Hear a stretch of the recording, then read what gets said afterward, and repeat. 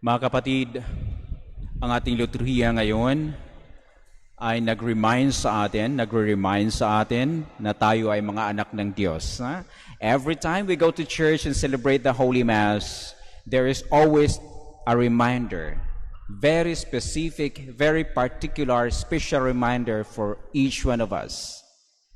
Ako ay anak ng Diyos. Ako ay mahal ng Diyos.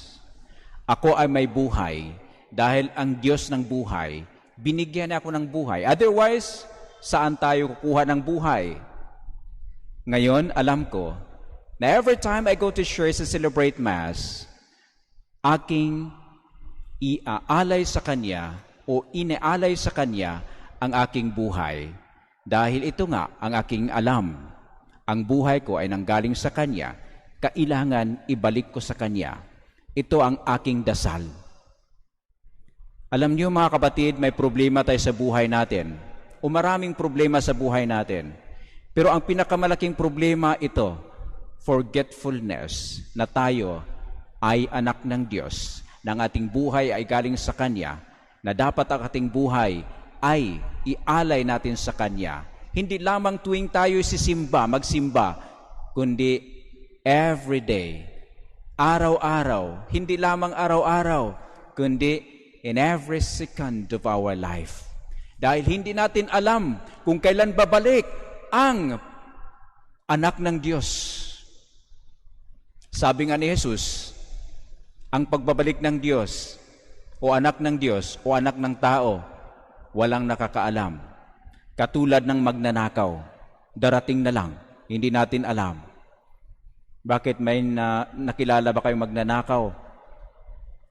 Nagsabing, Padre, by 3 o'clock ngayong hapon, andyan ako sa iyong kumbento, magnakaw.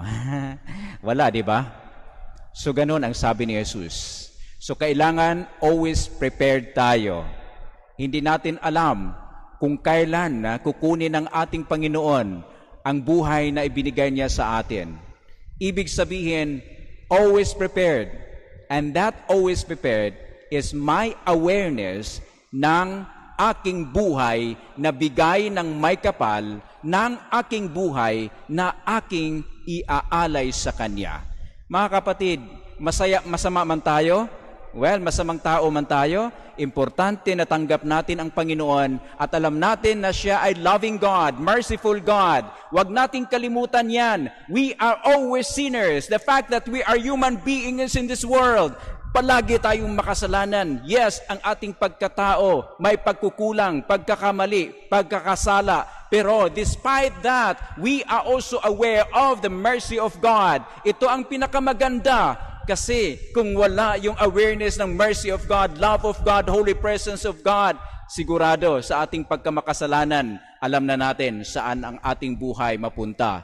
Ano ang hangganan ng ating buhay? Kung tayo ay palaging makasalanan sa mundong ito at hindi natin kinikilala ang mercy ni God, sigurado mapunta tayo sa kabila, no? Sa kabilang dako ng buhay, hindi yung kabilang dako ng eternal salvation, kundi doon sa eternal damnation.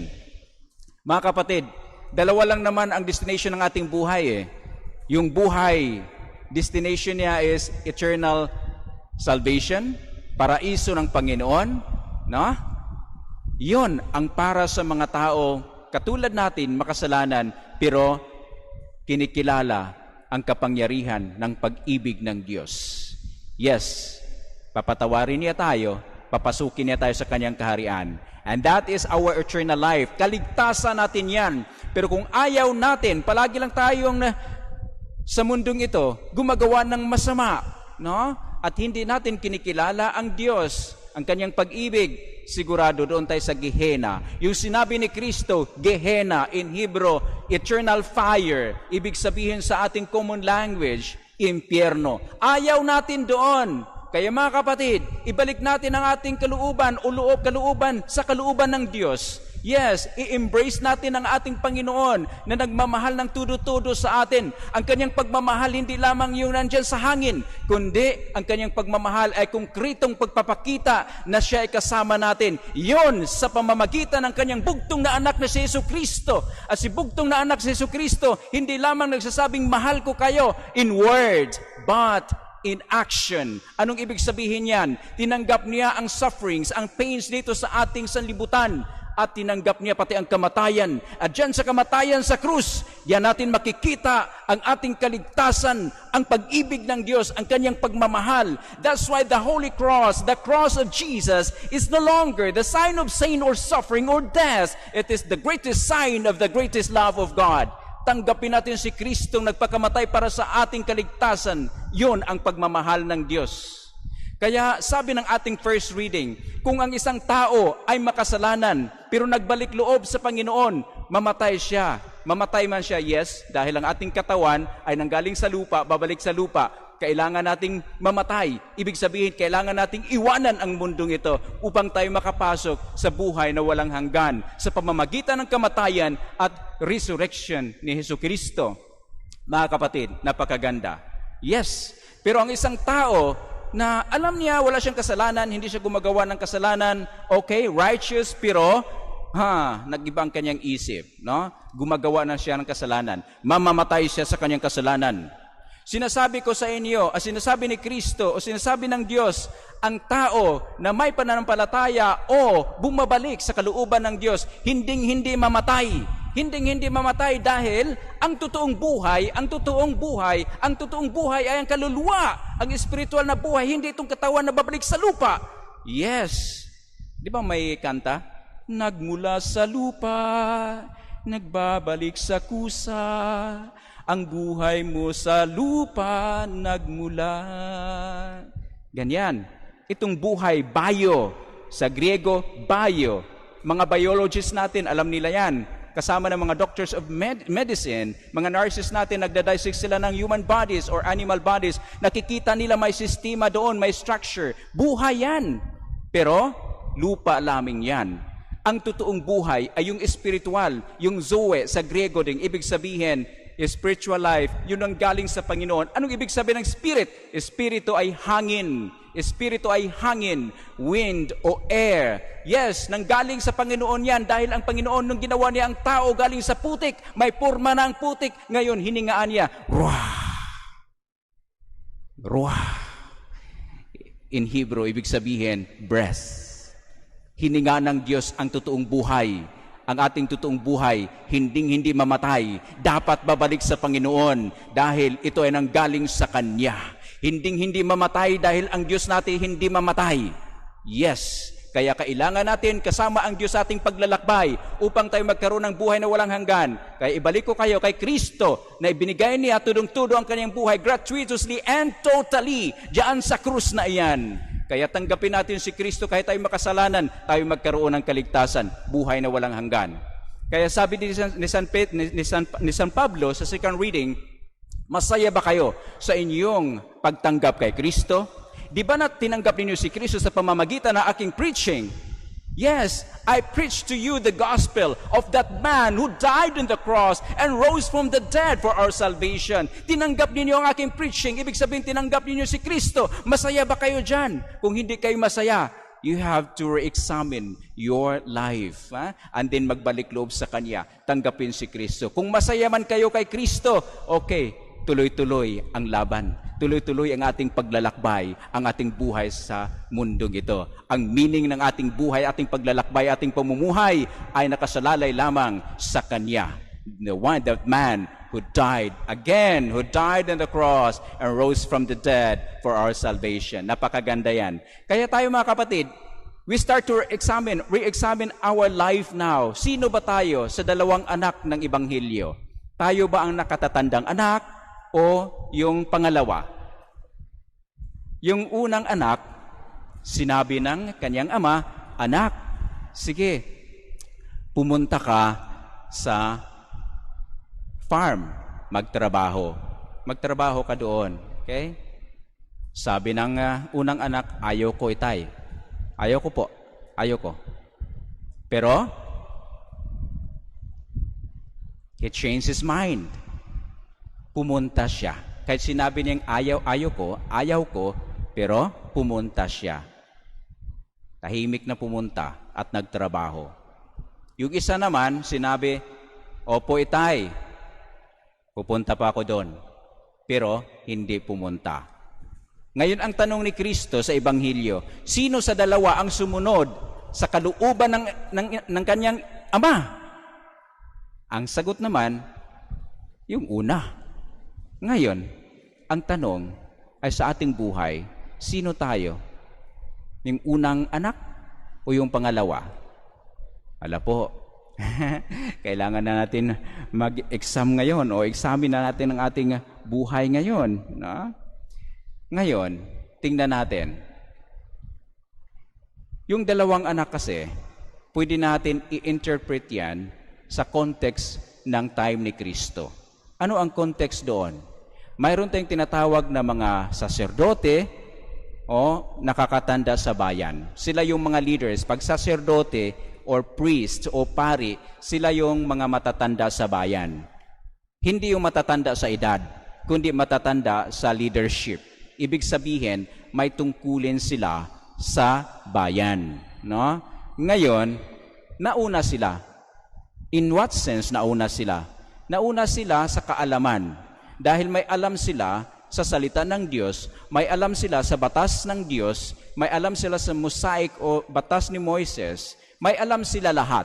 Pero hindi nila tinanggap ang preaching ni San Juan. Ano bang preaching ni San Juan? Sabi ni San Juan, I am not the light. The true light is coming after me. And I am not even worthy to untie his sandals. So sinasabi niya na may darating yung hari ng sanlibutan. May darating ang anak ng Diyos na si Jesucristo. Ngayon, ano pang sinabi ni Juan?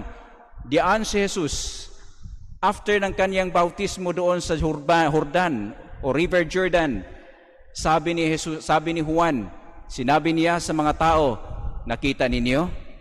Ito, o siya ang kordero ng Diyos. Siya ang nag-aalis ng mga kasalanan ng sanlibutan. He is the Lamb of God who takes away the sins of the world. Iyon ang sinabi ni Juan. Sino ang nakikinig doon at sino ang naniniwala sa sinasabi ni Juan? Ang mga makasalanan. Ang mga ordinaryong tao. Ang mga taong walang alam sa batas ng Diyos, sa batas ni Moises, ang walang alam sa salita ng Diyos. Pero ang mga saserdote, ang mga nakatatanda sa bayan, alam nila yan. Hindi sila naniwala sa sinabi ni San Juan. Pero ang mga prostitutes, mga masasamang babae, mga publikano, ibig sabihin, mga public sinners, tinanggap nila, naniniwala sila kay Juan. Ngayon, worst. Dahil nandito na si Kristo, nakipag-usap sa mga tao, gumagawa ng misyon, ginagawa ang kanyang misyon. Sinusundan siya ng mga nakatatanda sa bayan, mga saserdote, mga fariseo, mga eskriba.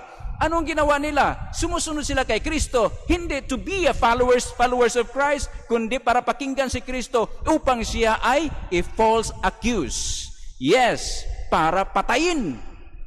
Pero ang totoong sumusunod at naniniwala kay Kristo, ang mga fishermen, ang mga magnanakaw, ang mga makasalanan ng bayan, ang mga babaeng masama, prostitutes in English. Tinanggap nila si Juan, tinanggap nila si Kristo, nakikinig sila kay Kristo, sumunod sila kay Kristo. Isa sa kanila, si Maria Magdalena. Ang dami doon na mga makasalanan na bumalik loob kay Diyos, kay God, at tinanggap nila si Kristo as Savior, tagapagligtas. Ang mga eskriba, mga pariseo, mga nakatatanda sa bayan, hindi nila tinanggap pati si Kristo.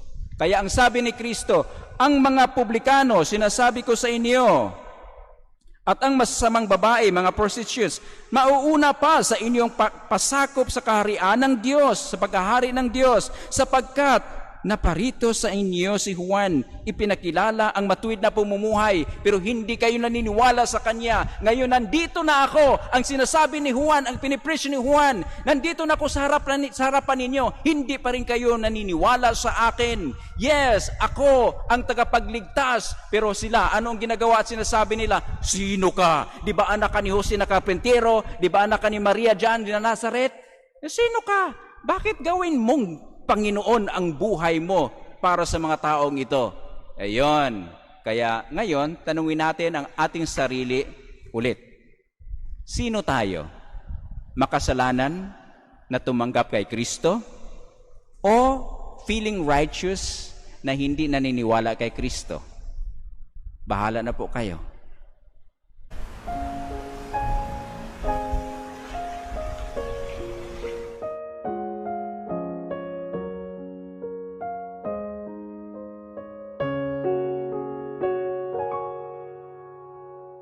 May this building which we dedicate to your name be a house of salvation and grace, where Christians gather in fellowship, may worship you in spirit and truth, and grow together in love, in real love, through Christ our Lord.